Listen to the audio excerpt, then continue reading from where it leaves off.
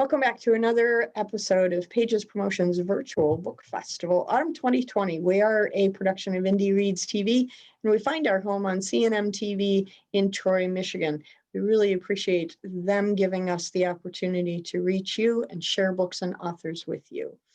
Today, we're going to have our second of two conversations with Jared Morningstar. You might remember he's the author from American Fries, which is a collection of poetry and short stories. And today we're going to take a little bit of time to pick his brain a little bit, ask him some craft questions and some foundational stuff about where he comes from, what he does, and how he got here. And it's just going to be, your basic free-for-all. Hey, everybody, welcome here. Thank you for coming. See, it's day 20, and I'm already losing my ability to speak coherently. So I'm hoping you guys all have interesting conversations and questions so that I don't have to look like a semi-intelligent human being. To get things kicked off, though, I have a question for you, Jared, and that is, I read your book, and there were pieces of it I liked, pieces of it I didn't like, but that's to be expected with any collection like this. You can't expect to please everybody 100% of the time.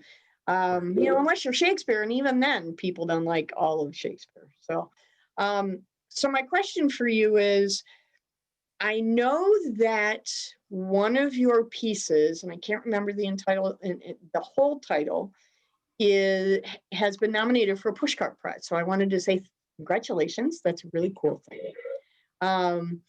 And just to throw out there, I want you to tell us the title of that piece. And then I want you to give me an understanding of the kind of overall response you've had from the book. I will admit freely that particular piece was not one of my favorites. I liked a different piece.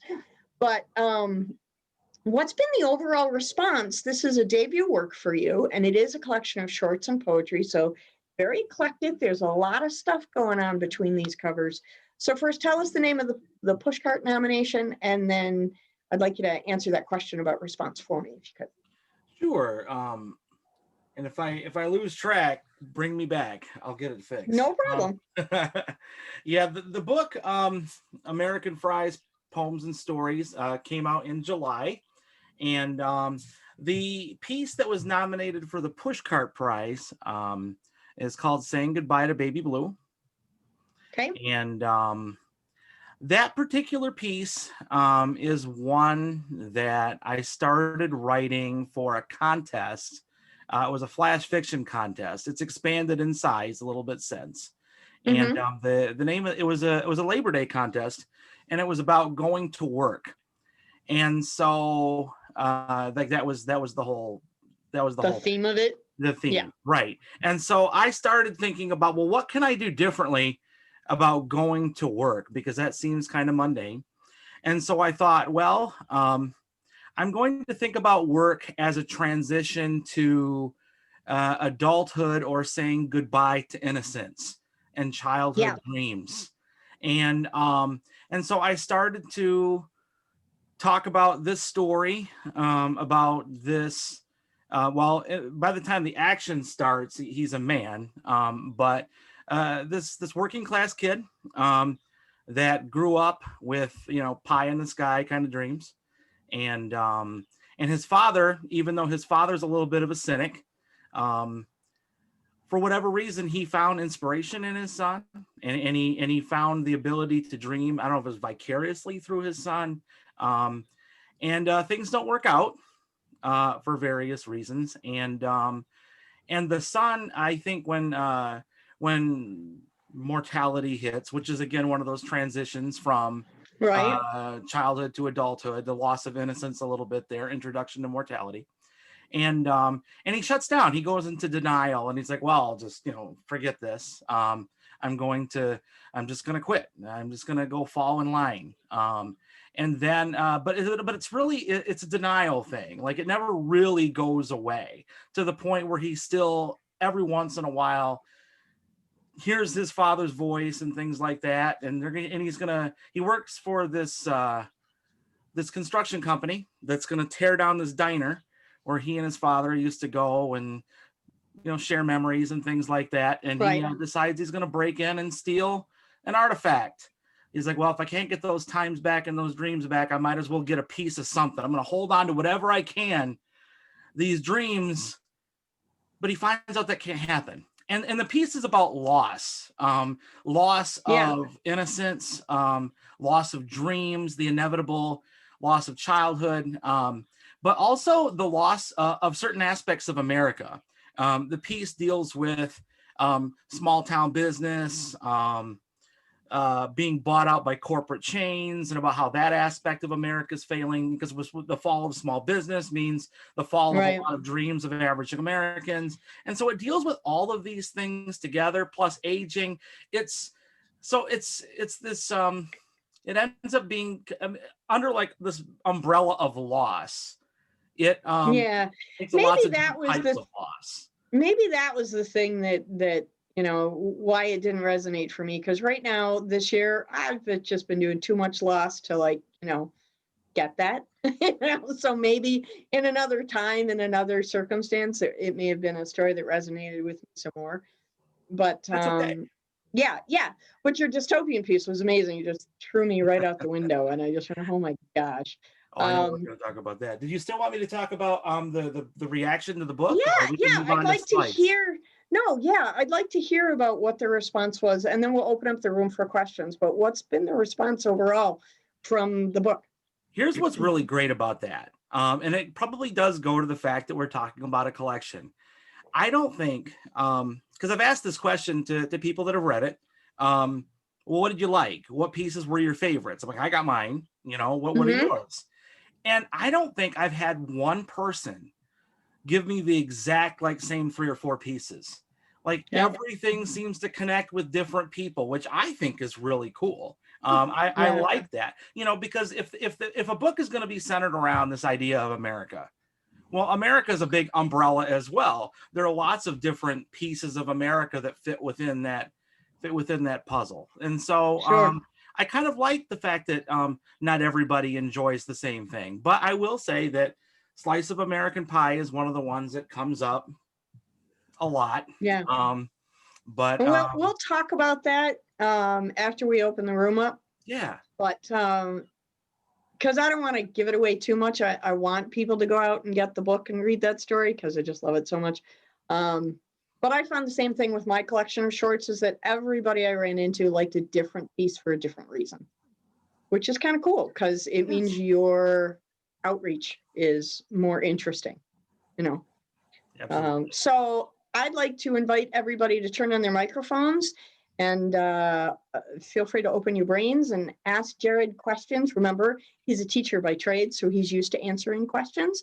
All day. So who would like to go first?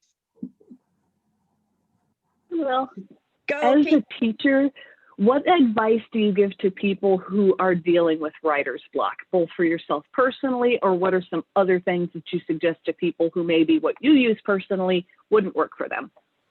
That's a great question, because I deal with a lot of writer's block problems in my classroom, even the really good ones.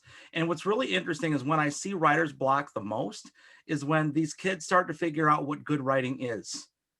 Once they start picking up literature and we start analyzing it, and they're writing for a while, and all of a sudden they start to see that there's progress in their work, and they start to get the feel for it. Then all of a sudden, I think the self-doubt creeps in, which I think is a pretty common experience. And they don't want to write it because, well, it's not any good. I'm not able to produce something that I think is worthy of merit. And what I tell them is you can't let that happen.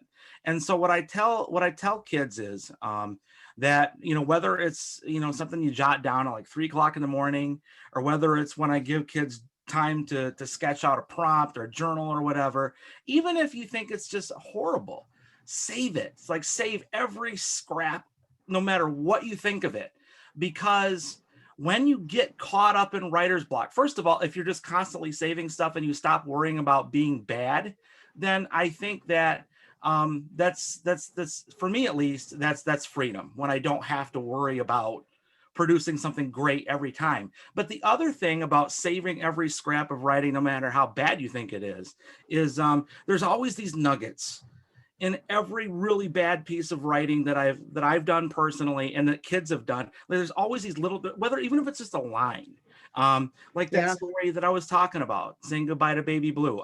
There's a line in there that said, "I feel 80 years old."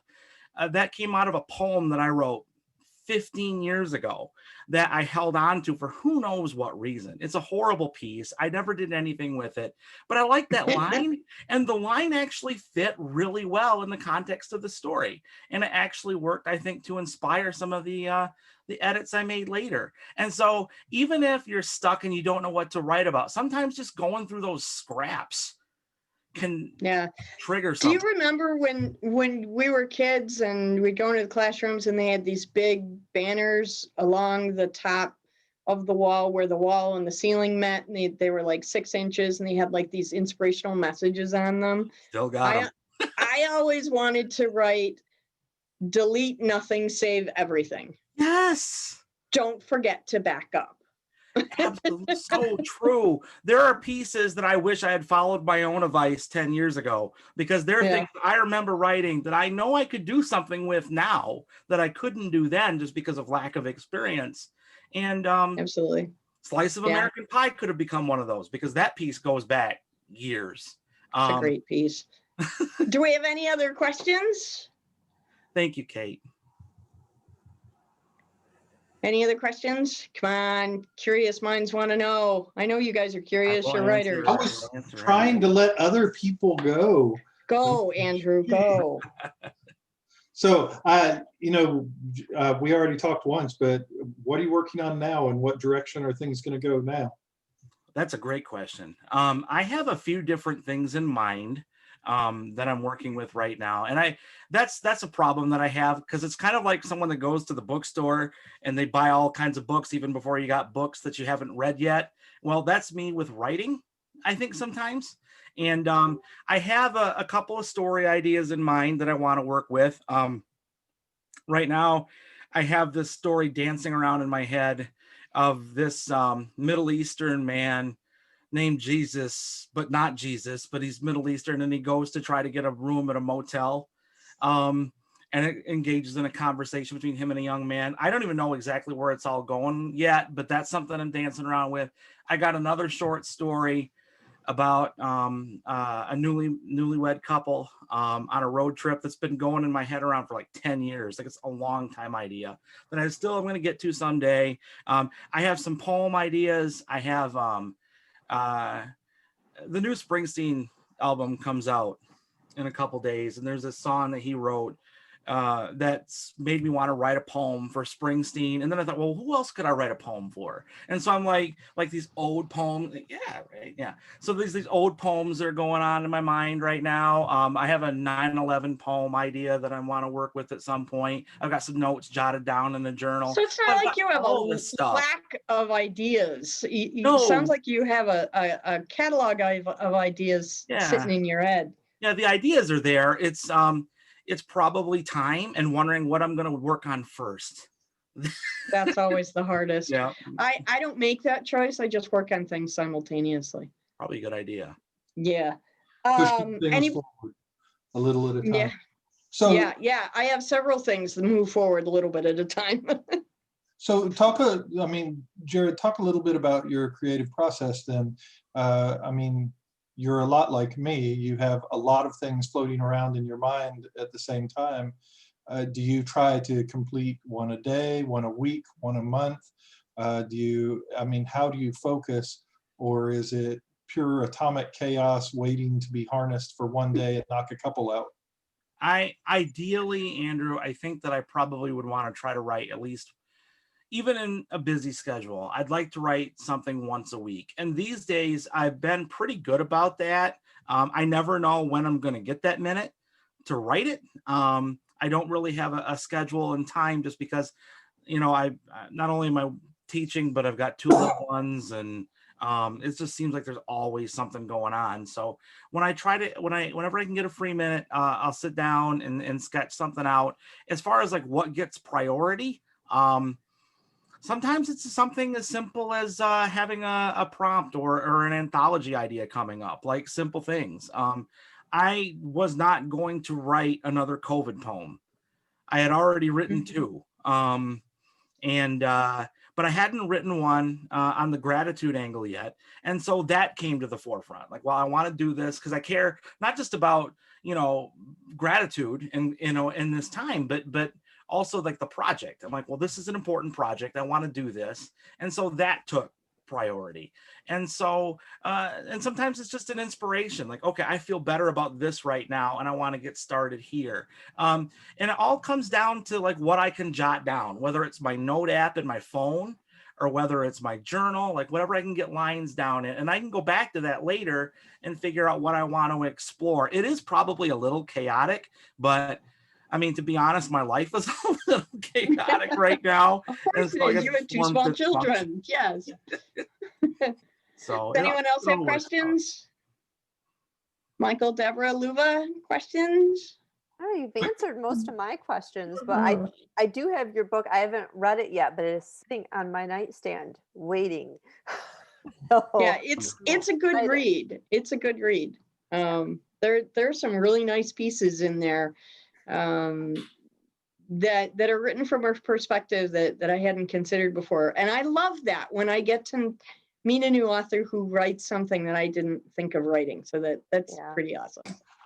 So Jared, do you have anything else out as well, or is that the only one published so far? It's the only one. It's the only book. Okay. I have a few pieces that have been chosen for publication in anthologies and lit journals. Eventually, I've got since the book's publication this summer, I have a few things in the can already. And so I don't know, if things go really well, maybe there'll be another book next year. We'll see, it probably won't be a very big book. It'll be a slim volume like this one, not very big, but I hope to. I like to put out, I'd like to have another book out at some point soon, if nothing else, just to kind of collect, some of the stuff that I've been writing about lately. We'll see what overall direction it takes. I think that if there is another one soon, it's probably, the way it stands right now, going to be a little bit darker.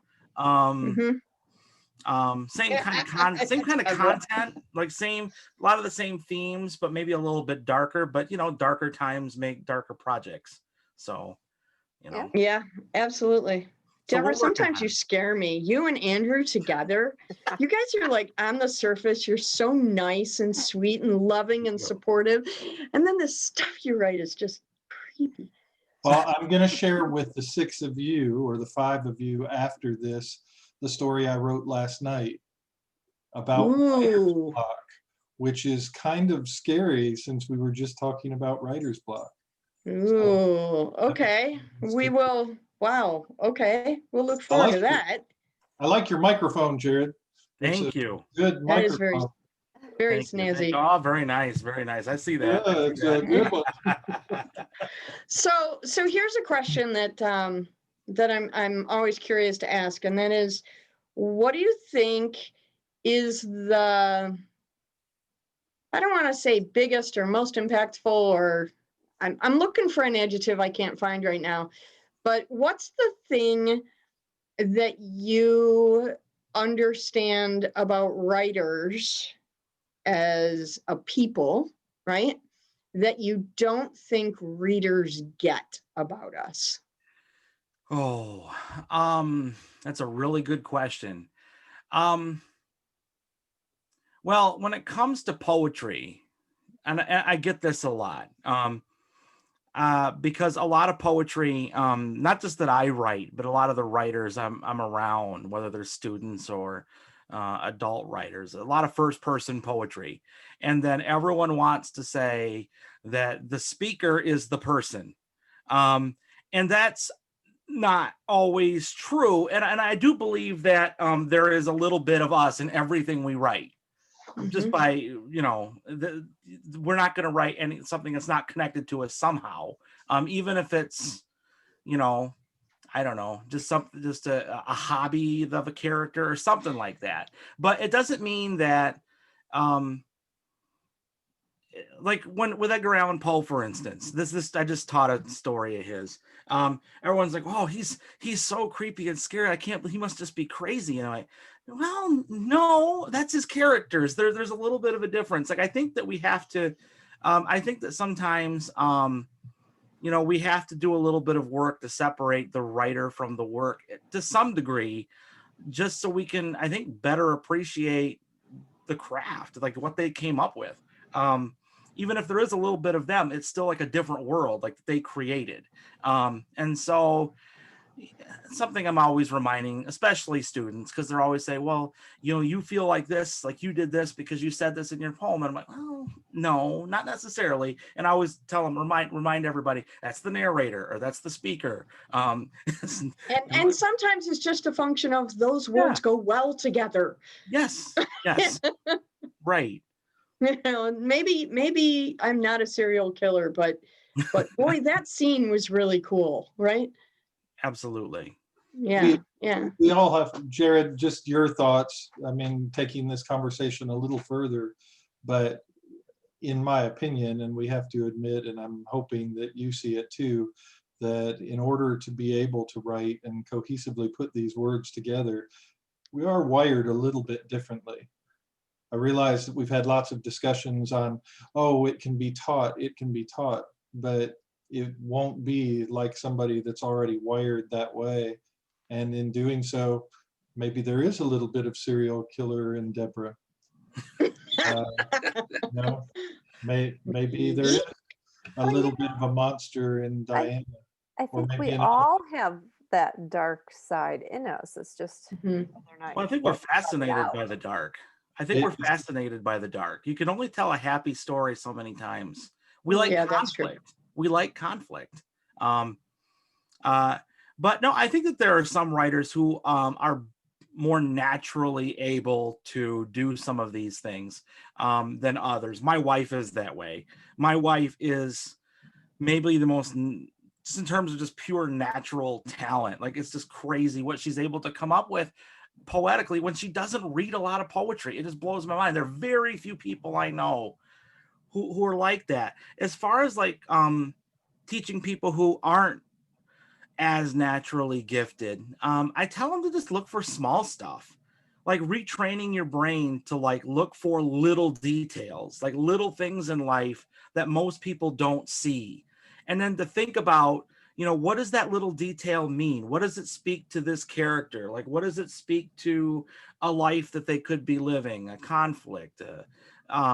And I think that if we can work to, even if we're not as naturally gifted as others, which I do think some are, I agree, that if we can take a closer look at a world, like look through like a little 1-inch square, and just really zoom in and look at small details, I think that those little details make us better writers, because if we can get really personal in detail, not personal to the writer so much as we can make the universe that we're writing about personal to the reader. If we can get the reader in that universe by including a lot of those small details, I think that's the part that I work really hard with, that and figurative language. Like I talk a lot about figurative language and try in other ways to create imagery with students.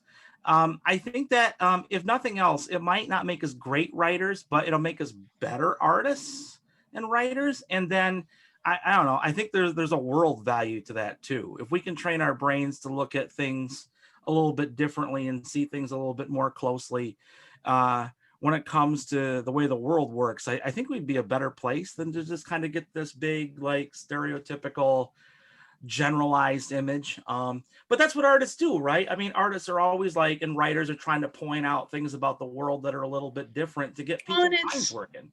Yeah, it's kind of like the method acting approach to writing, right? I think so. You know, immerse yourself in it and then you can write it.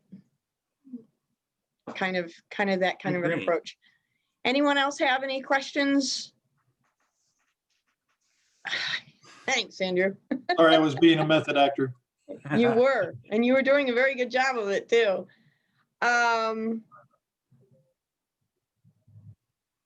just looking at my notes. Okay, so I don't want you to talk about the piece because, again, I want everybody to go out and buy the book so that they can read the piece.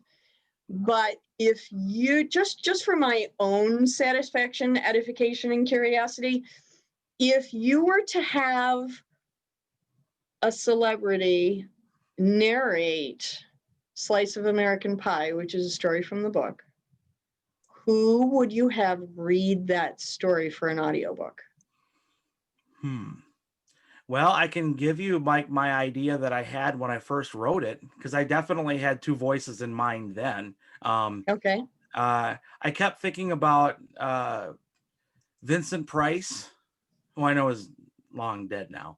And I Yeah. had Christopher Walken in mind as well, which is, that's the name of the main character, is Christopher Price. And that's where that comes from. An homage to both. That's great. Yeah.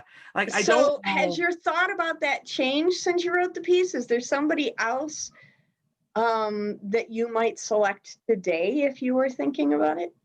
That's a really good question. Because this is not something I've thought about as far as like narration. I have a hearing loss, so I'm constantly thinking about what will this sound like to everybody else. So that's why I have that question: is how do you hear it sounding to everybody else? Trying to think on that one.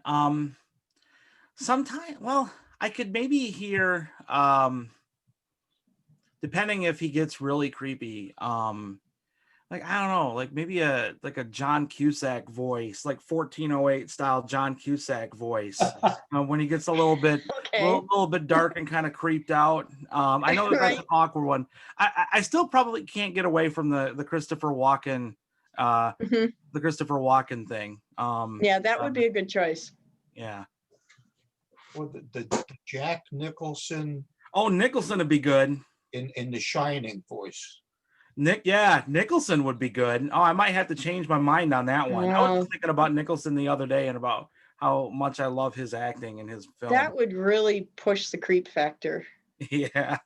Especially when you consider how the piece ends. And we're not going to give anything away, but yeah, if you were, so everybody, here's a challenge. Go out and get the book. It's called American Fries. Read the piece, A Slice of American Pie, with Jack Nicholson's voice in your head and see how that rings for you. That'll be a fun. And then go to the Facebook page and give us your reaction about what that sounds like. See, now we just created a thing. There we go. I like it. Now I'm not going to be able to read that story anymore without hearing Nicholson. That was great. Yeah, there you go. It's perfect. It's perfect. What's the name of the book again? American Fries. Can you hold up the cover, Jared? Yes. American Fries. There you go, Michael. American Fries. It's got Route 66 and a diner on the front. Yes, I took this photograph on a Route 66 trip. So this was kind of fun that my picture ended up being the cover of the. That is very cool. Look. That is very, very cool. Yeah. Okay, we are running toward the end of our time. Does anybody have any last questions or comments before we call it a night? Anybody? No? Okie dokie then. Thanks again for coming out, everyone. I appreciate it. I know we have busy lives and lots of stuff going on, and I appreciate everyone's support for this crazy book festival we're doing. Jared, congratulations on your debut book. I think it's awesome. I look forward to what you come up with next. And you've earned a fan in me, and I will definitely be buying the next book too. So no worries about that from me. Again, thank you. I appreciate your time and your talent. Jared, this is you. If anybody wonders who this is Jared Morningstar, and he wrote a book called American Fries. I will post a link on our Facebook page to the book while you're all waiting for the replay on YouTube tomorrow. Thanks again, everyone, for coming out. This has been Pages Promotions Virtual Book Festival Autumn 2020, a production of Indie Reads TV. We find our home on CNM TV in Troy, Michigan. Thanks everybody for coming. I Thank you all appreciate so it. much. Bye-bye. Bye. Thank you, Bye. everybody.